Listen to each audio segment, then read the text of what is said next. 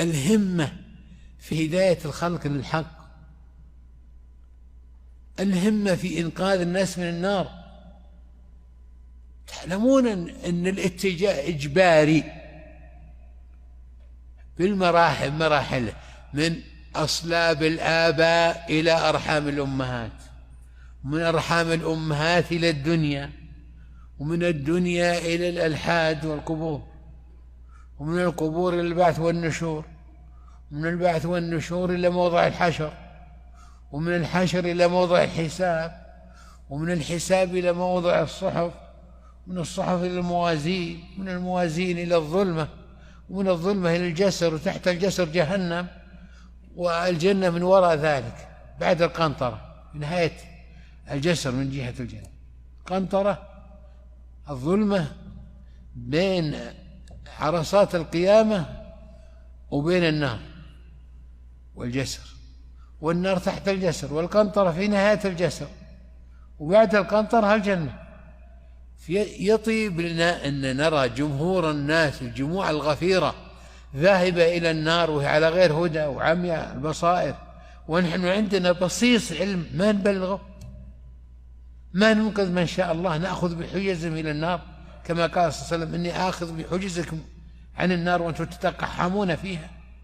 ما لنا في رسول الله صلى الله عليه وسلم أسوة حسنة؟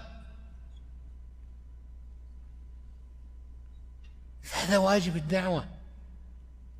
ما هو شرط أنك تكون مفتي، ولا شرط أنك تكون قاضي، ولا شرط أنك متخصص بالشريعة، ولا شرط أنك خطيب. كل ما تعلم،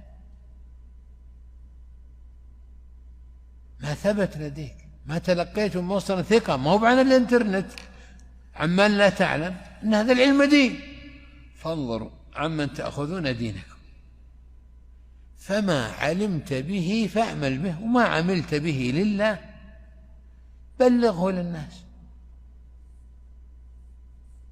ولا تدري ما بقي لك من العمر، ربما أنك في آخر لحظات عمرك. لو أنت في آخر لحظات عمرك ما تبلغ عن النبي صلى الله عليه وسلم آية واحدة. هذا اللي ينبغي أن ننتبه له. بلغوا عني ولو آية، هكذا قال النبي صلى الله عليه وسلم: نظر الله امرأ سمع مقالته فوعاها فأداها كما سمعها، رب مبلغ أوعى من سامع. بلغ فتوى عن الشيخ ابن باز رحمه الله، عن ابن عثيمين رحمه الله، عن غير من المشايخ رحمه الله اللي ماتوا، عن الأحياء حفظهم الله الباقي. انقل عن ثقة، اسند. يكلفك هذا؟ ما يكلفك. لكن أين الهمة؟